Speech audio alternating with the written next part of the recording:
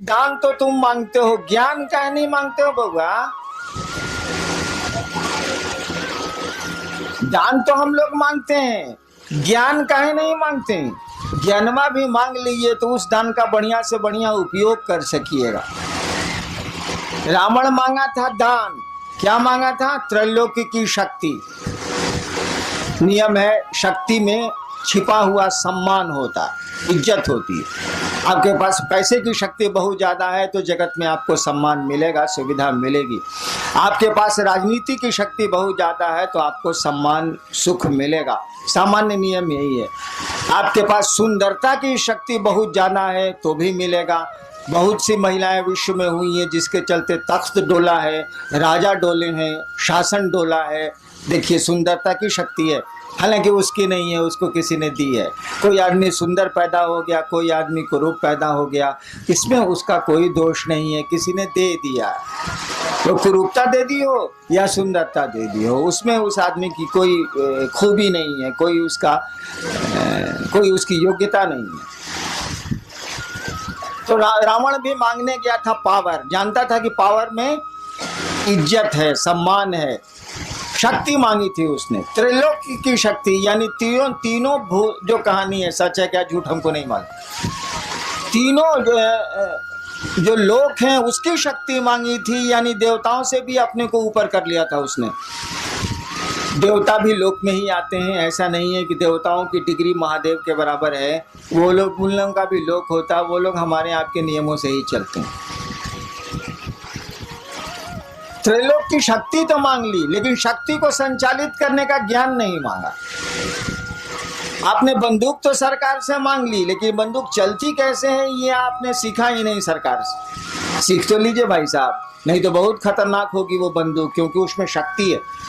शक्ति में अगर ज्ञान नहीं होगा ना तो बहुत गड़बड़ हो जाएगा। हम में आप में भी शक्ति है, हम लोग बोल रहे हैं शक्ति है हम लोग के पास। मामूली काम हम लोग नहीं करते हैं, दुनिया की बहुत आधी से ज्यादा चीजें तो हम लोगों ने बना ली हैं। क्या नहीं बनाया हम लोगों ने? ठीक है, हम लोगों को किसी दूसरे ने बनाया, लेकिन हम लोगों ने भी बहुत कुछ बना लिया, कम नहीं बनाया है और बना रहे हैं। हम लोगों के साथ दिक्कत है कि हम लोगों को दूसरा कोई बनाता है और दूसरा कोई ले जाता है। दूसरे की इच्छा से आते हैं और दूसरे की इच्छा से चले जाते हैं, बीच में समझते हैं कि अपनी इच्छा से हैं। इसी को कहते हैं अज्ञान, इसी को कहते हैं बुद्धि नहीं होना। आप आते हैं दूसरी की इच्छा से, माँ बाप की इच्छा से आप नहीं आते, वो माध्यम है। कि बहुत माँ बाप हैं जो निसंतान है, और मेरे यहाँ अक्सर लोग आते हैं कि हमको बेटा नहीं है या 5 को बेटी है, 1 बेटा चाहिए। इसका माने उनके फैक्ट्री में दम नहीं है, वो माध्यम हो सकते हैं, ताकत उनको नहीं है। यानी हम लोग दूसरे की इच्छा से आते हैं जो दिखता नहीं है। जनरेटर चलाओ।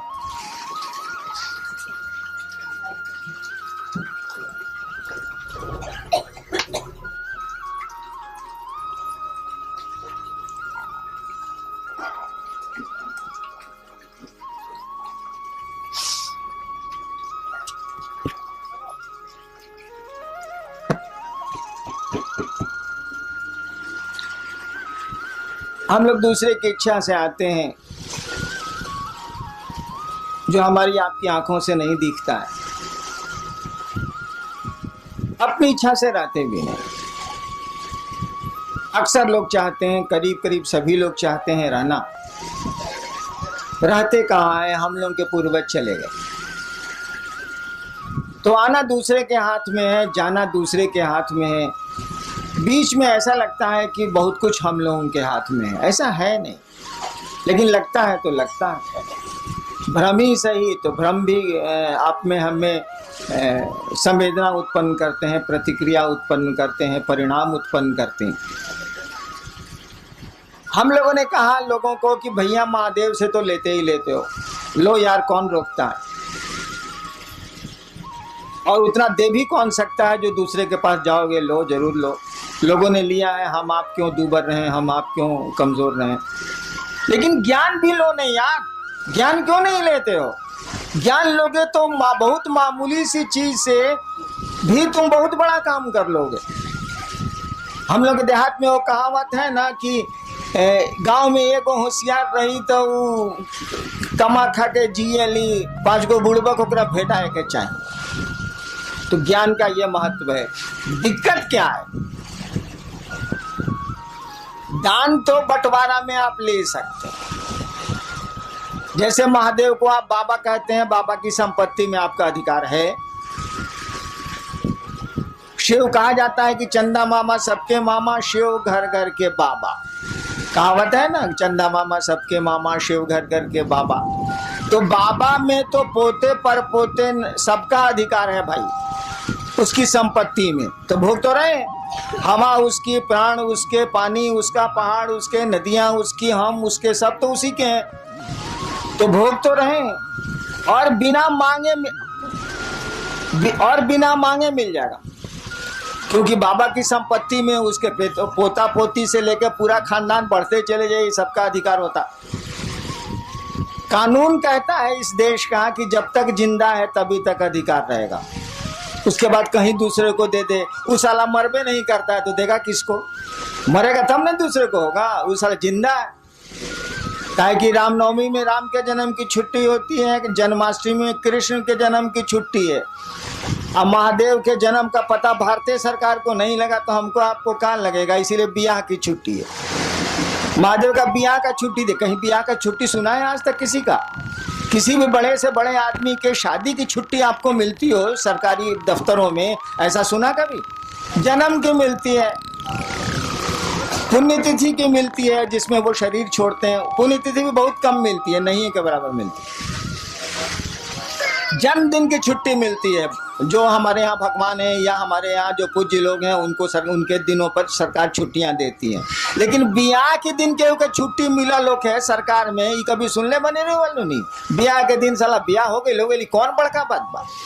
लेकिन महादेव के छुट्टी मिलेला महाशिवरात्रि, वो ब्याह के दिन मिलेला। काहे कि साले सरकार कमबख्त सरकार को ही नहीं पता, हमको आपको क्या इतनी बड़ी हस्ती को नहीं पता है कि पैदा कब हुआ था। आज जब पैदा ही नहीं हुआ था ये मालूम ही नहीं है तो मरेगा ही नहीं साला। इसीलिए बाबा आपका जिंदा है, आपको हमको हक है, लेकिन केवाला नहीं मिलने वाला। केवाला तो उसी के नाम से है। दान में एक बाप अपने बेटे को पूरी संपत्ति का पूरा टुकड़ा दे सकता है। 3 बेटे हैं तो 3 हिस्सा कर देगा वो। कहल जाला कि बंटवारा में चाउर अगर धुआ गई बात तो कर पानियों बटी। हाँ बटी, चावल का धुवन भी बढ़ता। ये हम आसमान से सीखा, धरती पर हम नहीं जानते थे इसको। चावल का धुवन भी बढ़ता है, लेकिन भाई साहब ज्ञान नहीं बढ़ता है। एक बाप अपने बेटे को, अगर 3 बेटे हैं 4 बेटे हैं तो वो 4 टुकड़े कर देगा। बंटवारा के समय चावल राधन पर चढ़ा हुआ है तो पानी भी बांट देगा वो। लेकिन वह बहुत बढ़िया शिक्षक है तो ज्ञान नहीं बांट सकता है। उसका ज्ञान लेने के लिए उसके बेटों को उससे ज्ञान लेने की मानसिकता में आना होगा, उससे पढ़ना होगा। हम अक्सर एक किस्सा सुनाते हैं, बना के किस्सा सुनाते हैं, कौन किस्सा थोड़े। एक बाप था, उस इलाके का बहुत बढ़िया शिक्षक था, रिटायर कर गया। और जब तक वो शरीर से तंदुरुस्त था अपने बेटों को कहता था, अरे हमसे पढ़ लो, इस इलाका में हमसे बढ़िया मास्टर नहीं है। तुम भी जानते हो कि हमसे बढ़िया मास्टर नहीं है, हमसे पढ़ो। 3 गो बेटा था, 2 गो बड़का बोला तोहरा से पढ़े, हमारे स्कूल में नाम लिखाओ। क्या करेगा बाप, उसने स्कूल में नाम 2 को लिखा दिया। छोटका बोला कि ना बाबूजी हम तोहरे से पढ़े। उसने तो कहा ही था कि हाँ पढ़ो। 2 बेटा कहा कि ना हम तरह से ना पढ़े, भी स्कूल में पढ़े। समय बीता, वो रिटायर कर गया, बूढ़ा हो गया। एक दिन सबसे छोटका बेटा हो गया था कलेक्टर, पढ़ा टीचर बढ़िया था, बना दिया उसको, IAS हो गया, वो कलेक्टर हो गया। एक दिन छोटका बेटा आया बाप से मिलने के लिए, तो पीला बत्ती का गाड़ी या अंगरक्षक बॉडीगार्ड सब था उसके साथ। और दोनों भईवा जो था उससे बड़ा जो नहीं पड़ा था अपने बाप से, वो दोनों बथान में भैंस को सानी लगा रहा था। सुना कि छोटका भैया आया है, भईवा आया है, तो दोनों आया मिलने के लिए। बगीचा में था, बथान में था, आया मिलने के लिए। तीनों बैठा हुआ था, बूढ़ा जो मास्टर था वो भी बैठा हुआ था, जो तीनों का बाप था। दोनों ने कहा, दोनों बड़े भाई ने बाप से कहा कि बाबूजी तारा ऐसा था बेईमान हमने का देखबे ना कहीं नहीं। बाप ने कहा क्या बेईमानी की बोलो। कहा कि एकरा के तू कलेक्टर बना देला, हमनी के भैंस चरवा बना देला, तैसे बड़ बेईमानी हुई। वो बूढ़ा आदमी बोला कि देखो बाबू हमरे पास इतना बीघा जमीन है, छोड़ दो हम पेंशन से खा लेंगे, हमको जमीन की जरूरत नहीं है, तुम तीनों भाई इस जमीन को बांट लो। हम जमीन का बंटवारा कर देते हैं, संपत्ति का एक एक पाई का बंटवारा कर देते हैं, लेकिन ससुरा बताओ हम ज्ञान का बंटवारा कैसे करें। ये पढ़ना चाहा तो हमने पढ़ा दिया, तुम दोनों ने कहा नहीं पढ़ेंगे तो स्कूल भेज दिया। तुमको बढ़िया शिक्षक नहीं मिला, तुम नहीं पढ़े, भैंस चरा रहे हो। इसने हमसे पढ़ना चाहा, हम थोड़ा बढ़िया से पढ़ाते रहे हैं स्कूलों में, हमने इसको पढ़ा दिया, ये कलेक्टर हो गया, तुम दो भैंस चरवा हो गए। तो ज्ञान का बंटवारा हम कैसे कर दें। चलो चावल का पानी हम बांट देते हैं, सब कुछ बांट देते हैं 3 हिस्से में, लेकिन ज्ञान कैसे बांटेंगे यार। ज्ञान कोई लेगा तब न देंगे, ज्ञान तो लेना पड़ता है। सामान तो हम दे देंगे, लीजिए चाहे फेंकिए, लेकिन ज्ञान तो हम दे ही नहीं सकते ना जब तक आप लेना नहीं चाहिएगा, उसको रिसीव करना नहीं चाहिएगा। हम लोगों ने कहा महादेव से दान लेते हैं, ज्ञान कहीं नहीं लेते हैं भाई साहब। ज्ञान लेने के लिए आपको उस महादेव का चेला बनना होगा, शिष्य बनना होगा। और शिष्य बनना होगा इसका माने शिष्य शब्द का अर्थ जानते हैं। जो लोग अंग्रेजी जानते हैं उनको तो आसान है, डिसाइपुल और डिसिप्लिन। डिसिप्लिन शब्द से डिसाइपुल बना है, डिसिप्लिन अनुशासन, डिसिप्लिन शब्द से डिसाइपुल मन शिष्य, डिसिप्लिन शब्द से डिसाइपुल बना है। कहने का अर्थ हुआ कि जो डिसाइपुल है वह अगर गुरु का डिसिप्लिन नहीं मानता है तो डिसाइपुल नहीं है। जो शिष्य है अगर गुरु का डिसिप्लिन नहीं मानता है तो डिसाइपुल नहीं है। शिष्य शब्द का भी वही अर्थ होता है। संस्कृत में शस धातु है, उससे बना है शिष्य शब्द, उससे बना है शासन, उससे बना है अनुशासन, उससे बना है प्रशासन, उससे बना है शिष्य। शिष्य का मानी होता है जो अंग्रेजी में मानी है वह हिंदी में भी है।